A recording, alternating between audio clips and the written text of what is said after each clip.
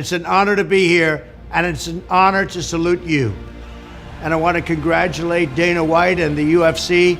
They're going to have a big match. To package the whole thing professionally, make it a professional sport, yet make it really exciting and entertaining. That's why I still to this day am one of the only, probably the only sport that controls all my production. I put on all the production. We're used to thanking and admiring Dana White for introducing the world to the magnificent sport of mixed martial arts. The rivalry between Conor and Khabib, Jon Jones' championship journey, UFC 300. Fans are endlessly grateful to the big boss who built a true empire. However, the world doesn't shine as brightly when our attention turns to a figure hidden in Dana White's shadow. What's going on? Dana, Graham Bensinger, how's it going? So this is kind of mission control here with all of our fights that we have planned. Shows what distribution platform it's on, and then the rest is just we just write on the walls and come up with ideas. Hunter Campbell. When was the last time you heard an executive's name called as many times as Hunter Campbell? He has developed a way of relating to the athletes and their managers that make fights that seem like they won't happen or can't happen come together. Also, Hunter Campbell comes out. For those people that don't know, Hunter Campbell is basically going to be Dana White. Like whenever Dana White says I'm done, Hunter Campbell is like the next guy. The most important part of the UFC, yet almost no one has ever heard of him. Without this person, we would have never witnessed legendary fights like Khabib versus McGregor, Topuria versus Holloway, Jones versus Cormier, and countless others. MMA fans, I present to you the man who shaped the history of the UFC. But just listen to the amount of fighters that not only tip their cap to Dana White anymore, but to Hunter Campbell. And that's something that usually happens.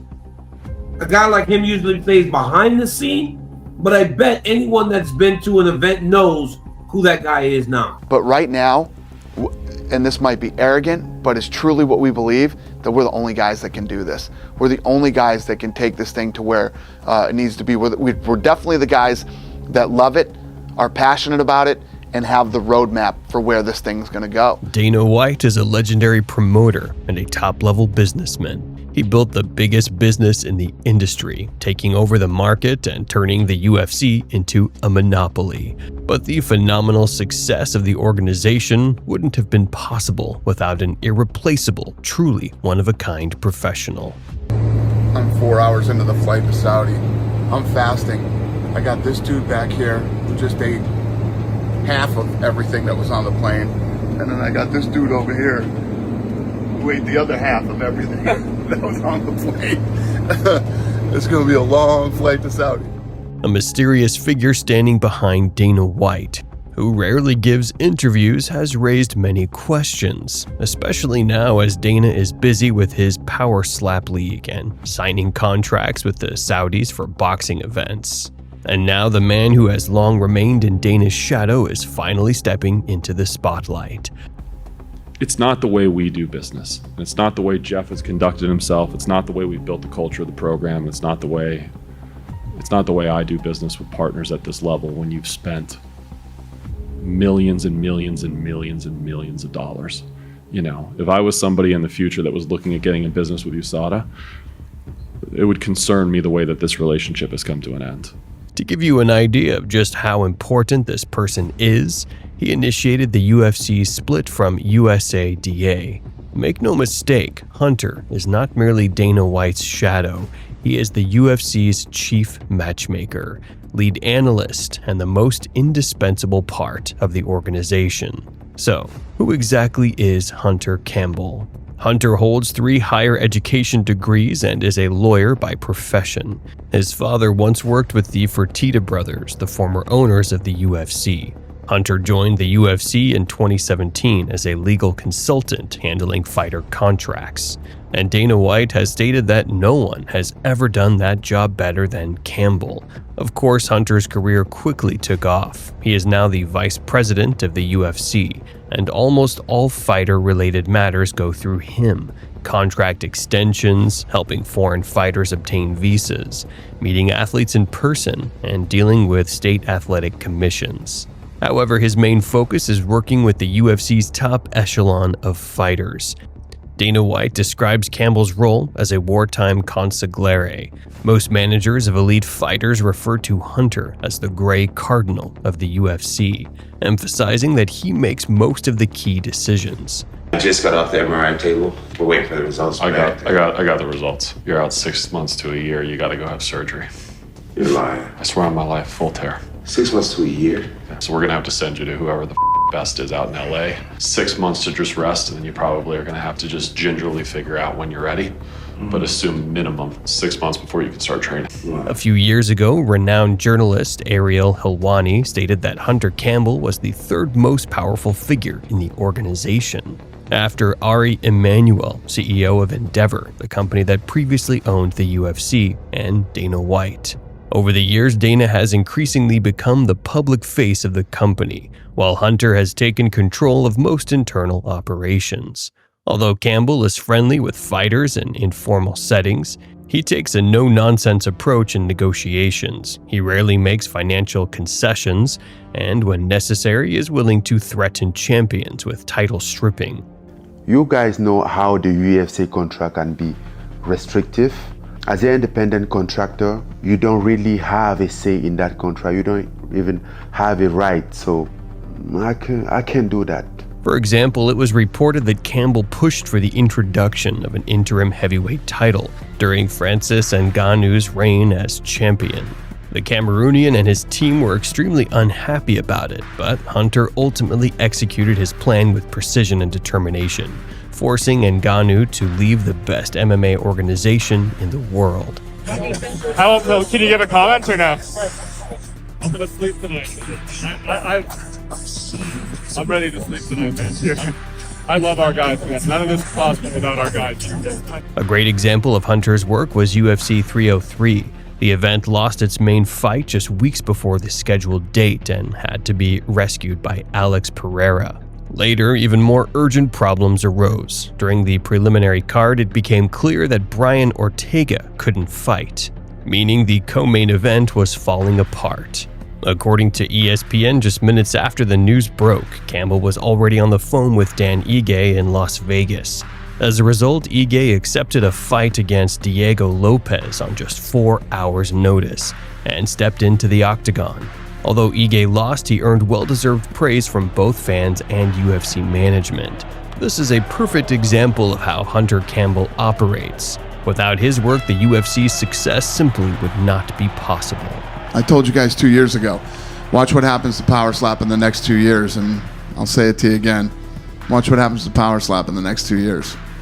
We see you so, obviously in attendance at everything. Obviously, you're the face and the front man for so much on top of running the business. At what point do you say, I gotta find someone to pass a few of these things on to? We're gonna find out this year. Like, whenever Dana White says I'm done, Hunter Campbell is like the next guy. He was the CEO of WME, and he's a fucking independently wealthy guy as it is. So he kind of runs the show, realistically. Like, behind the scenes, he does so much. This year is going to be we're going to find out this year. We'll see. We'll see how long I can run this hard. A few years ago, Dana White hinted at a possible successor. The big boss stated that this person has his own unique formula for great success. While there are aspects of the job that no one could do quite like Dana, he's always executed the most important tasks flawlessly. At the time, Dana refused to reveal the individual's identity, insisting that his true replacement was always working behind the scenes. You know how many people missed their kid's first step, plays, practices, games to help build the UFC? And then COVID hits and I'm going to lay 38% of them off? That's never going to happen. Ever. And almost no one doubts that he was talking about Hunter Campbell. Since that statement, Hunter has appeared in the media more frequently, taken a more active role in promotion, and assumed control over internal operations. So, don't be surprised when, in the near future, Hunter Campbell transforms from the UFC's Gray Cardinal into the organization's new face. Can Hunter fully replace Dana and handle all of his responsibilities? Let's consider a few intriguing situations from an independent perspective. Let's go back to UFC 279. I don't even know what to call it. However many years, 22 years, however long I've been doing this, we've never had an incident like today. It just all hell broke loose out here. The event where Khamzat Chimaev was supposed to fight Nate Diaz. But just, he said that he's gonna slap me. I have to show him how Chechen slap, you know, like this, you know. No, not good. Chimaev missed weight and Nate Diaz refused to fight him. To make matters worse, a full-scale brawl erupted backstage between fighters and their teams. With only 30 hours remaining until the event, the UFC was at serious risk of losing its main event for the first time in history. In just a few hours, Hunter managed to sign an individual contract amendment for Chimaev and convinced Nate to fight Tony Ferguson instead. In less than a day, Campbell saved a major event and turned what seemed like a disaster into a win for the UFC.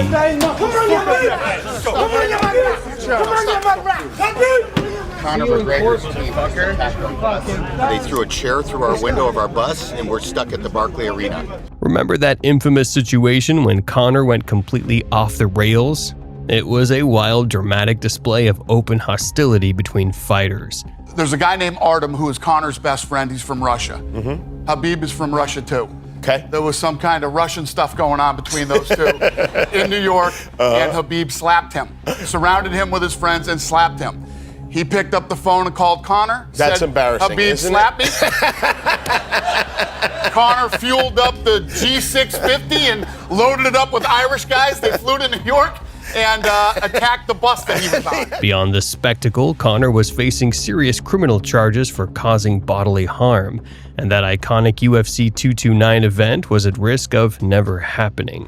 According to top media reports, our man of the hour was the one who literally saved Conor from jail, handling his legal team and resolving all legal issues.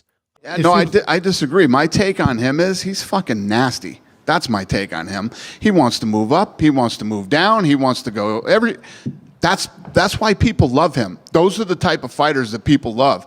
Pereira wants to fight everybody. Hunter also negotiated a special contract with Alex Pereira, ensuring the Brazilian was always ready to step in and save fight cards. Favorable financial terms and unique agreements highlight how forward-thinking Hunter is, taking care of the present while securing the UFC's future. Let's not forget the first ever UFC 306 event. Hunter is credited as the mastermind behind the idea of hosting a UFC event in a spherical venue. Beyond his legal expertise, he has a deep understanding of entertainment, long-term vision, and an unwavering commitment to improving the promotion. For years, Campbell has skillfully led the UFC's matchmaking team, built fight cards, and found solutions even in the most impossible situations. This is just a glimpse of how pragmatic and talented he is. This guy has everything it takes to elevate the UFC to an unprecedented level and fully replace Dana in every aspect. What do you think of him? Have you heard of Hunter Campbell before? Let me know in the comments below.